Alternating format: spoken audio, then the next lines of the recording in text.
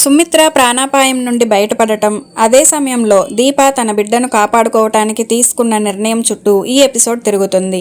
శౌర్య తన తల్లిని చూసి మురిసిపోతుంటే అందరూ కలిసి ఆ సంతోషాన్ని పంచుకుంటారు. అయితే ఈ ఆనందం వెనక ఒక పెద్ద రహస్యం దాగి ఉందనే అనుమానం జ్యోత్స్నకు, పారిజాతానికి కలుగుతుంది. మరి ఆ నిజాన్ని వీళ్ళెలా కనుక్కుంటారు? మరెందుకు ఆలస్యం, ఈ రోజు ఎపిసోడ్లో ఏం జరిగిందో తెలుసుకుందాం. Welcome to my channel serial vision.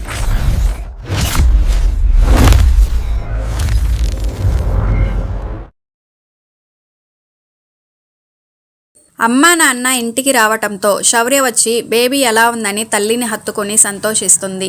మీ చెల్లి నీకోసమే ఎదురు చూస్తోందని చెబుతాడు కార్తీక్. మనందరి ఆశలు బలంగా ఉన్నాయి కాబట్టే భగవంతుడు కరుణించాడని అంటాడు శ్రీధర్. తర్వాత అందరూ కలిసి స్వీట్స్ పంచుకొని హ్యాపీగా ఉంటారు. అమ్మమ్మ ఎలా ఉందని శౌర్య అడగ్గా అమ్మ క్షేమంగా ఉంది కాబట్టి అమ్మమ్మ కూడా క్షేమంగానే ఉంటుందని చెబుతాడు దశరథ. దీపని లోపలికి వెళ్ళి ఆడుకుందామని శౌర్య లాక్కెళ్తుండగా దీపకి పెయిన్ వస్తుంది. బిడ్డ క్షేమంగా ఉంటే దీపెందుకు నీరసంగా ఉంది, ఎందుకలా నొప్పితో బాధపడుతోందని అడుగుతాడు శ్రీధర్. అందరికీ ఇదే అనుమానం వస్తుంది. ఇక్కడ జరుగుతున్నదంతా వీడియో కాల్ చేసి జ్యోత్స్నకి చూపిస్తుంది పారు. దీప ఎందుకు నాలాగా నడుస్తోంది, మా మమ్మీకి డోనర్ ఎవరు అని జ్యోత్స్నకి అనుమానం వస్తుంది. మరోవైపు సుమిత్ర వదిన క్షేమంగా బయటపడిందని, దీప కూడా తన బిడ్డను వదులుకోవాలన్న నిర్ణయాన్ని వెనక్కి తీసుకుందని దాస్ చెప్పడంతో కావేరి, కాశీ, స్వప్నలు సంతోషిస్తారు. నీకు మరో గుడ్ న్యూస్ కూడా ఉందన్న దాసు స్వప్నకి మళ్ళీ పెళ్లి చేయబోతున్నామని, సంబంధం కూడా చూసేశామని చెప్పడంతో అందరూ షాక్ అవుతారు. ప్రేమించి పెళ్లి చేసుకున్న వారికి వీటి గురించి తెలియదు. ఎంతకాలం మనం కలల్లో బతుకుతాం? విడాకుల కోసం కోర్టుకు అప్లై చేశారు. ఆలోపు మంచి సంబంధం చూసుకుంటే స్వప్నకి వెంటనే పెళ్లి చేయొచ్చని చెబుతాడు దాసు. బావ నాతో చెప్పిందే నేను మీతో చెబుతున్నాను. దీనిలో ఏ మార్పు లేదు. రేపే పెళ్లి కొడుకు స్వప్నని చూడటానికి వస్తున్నాడని చెబుతాడు దాసు. ఆ మాటలతో స్వప్న, కాశీ ఇద్దరూ బాధపడతారు. మరోవైపు వీడియో కాల్ తీసి జ్యోత్స్నకి చూపిస్తున్న పారిజాతాన్ని రెడ్ హ్యాండెడ్గా పట్టుకుంటాడు శివన్నారాయణ. కాంచనను ఎలా ఓదార్చాలో అర్థం కాక ఇక్కడే ఆగిపోయానని చెబుతుంది పారిజాతం. కానీ తల్లి బిడ్డ క్షేమంగా ఉందన్న విషయం తెలిసి సంతోషంతో ఇక్కడే ఉండిపోయానని పారు చెప్పడంతో శివన్నారాయణ కూడా సంతోషిస్తాడు. తల్లి బిడ్డ ఎంత క్షేమంగా ఉన్నా ఇక్కడ ఏదో రహస్యం ఉందని అంటుంది పారిజాతం. దీపని బలవంతంగా లాగబోతుండగా ఆమె నొప్పితో విలువెలలాడిపోతుంది. చూస్తుంటే చాలా నీరసంగా ఉన్నట్లుంది, నీకు అనుమానం రావటం లేదా? ఏ ఆపరేషన్ జరగకుండా దీప ఎందుకు నీరసంగా ఉందని పారు అడగటంతో అందరూ షాక్ అవుతారు.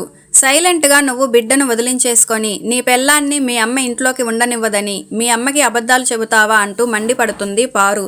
మే హాస్పిటల్లో సుమిత్ర ఆపరేషన్ హడావుడిలో ఉన్నాం, మీరేం చేశారో మాకు తెలియదని అంటుంది. పిన్ని చెబుతున్నది వాస్తవమే.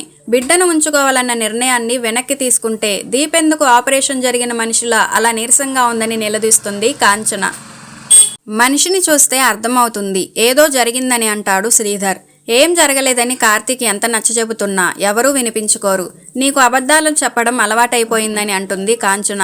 ఎంతసేపు కార్తీక్ బాబునే నిలదీస్తున్నావు, దీపని అసలు విషయం చెప్పమని అడుగుతుంది అనసూయ. ఇన్ని రోజులు ఆసుపత్రిలో ఎందుకు ఉంది, ఎందుకు తిరిగొచ్చింది అని పారు నిలదీయటంతో కార్తీక్, దీపలు షాక్ అవుతారు. బిడ్డని వదిలేస్తే దీపని జీవితంలో క్షమించనని మీ అమ్మ చెప్పింది, అలా జరుగుతుందని భయపడి అబద్ధం చెబుతున్నారా అని ప్రశ్నిస్తాడు శ్రీధర్. దీప నీరసంగా ఎందుకు ఉందో మాకు తెలియాలని శివన్నారాయణ కూడా అంటాడు. ఒక మంచి విషయం జరిగినప్పుడు ఆనందించాలి కానీ వివరాలెందుకు అని ప్రశ్నిస్తాడు దశరథ. దీప ఎందుకు నీరసంగా ఉందో నేను తెలుసుకోవాలని అందరూ గుచ్చి గుచ్చి ప్రశ్నించడంతో దీప కాలు జారి కింద పడిందని అబద్ధం చెబుతాడు కార్తీక్. అదృష్టం బాగుండి వెనక్కి పడింది, అప్పుడే మేం రియలైజ్ అయ్యాం. బిడ్డే మనల్ని కోరుకుంటోంది, ఇది మీ అందరి ఆశీస్సులు, మేమైతే నిర్ణయం వెనక్కి తీసుకున్నామని చెబుతాడు కార్తీక్. కార్తీక్ మాటల్ని వింటుంటే ఏదో నిజం దాస్తున్నట్లుగా ఉందని శివన్నారాయణకి, పారుకి అనుమానం వస్తుంది. ఈ పారు మా ఇంటికి ఎందుకు వచ్చింది? అనుమానంతో జ్యోత్స్నే పారుని పంపలేదు కదా అని కార్తీక్ కూడా అనుమానం వస్తుంది. మరోవైపు దీపే సుమిత్ర కూతురై తానే బోన్ మ్యారో ఇస్తే నాకు అనుమానం రాకుండా ఏమైనా చేశారా అని అనుమానిస్తుంది జ్యోత్స్న. ఒకరికి ఫోన్ చేసి రిపోర్ట్స్ ఎప్పుడొస్తాయి అని అడుగుతుంది. త్వరలోనే వచ్చేస్తాయని జ్యోత్స్నకి అవతల వ్యక్తి చెబుతాడు. రిపోర్ట్స్ వచ్చే వరకు నేనే సుమిత్ర కూతురిని, ఆ తర్వాతే అసలు విషయం తెలుస్తుందని అనుకుంటుంది జ్యోత్స్న. నన్ను ఆ దీప ఇంటికి ఎందుకు పంపించావు అని పారు ప్రశ్నిస్తుంది.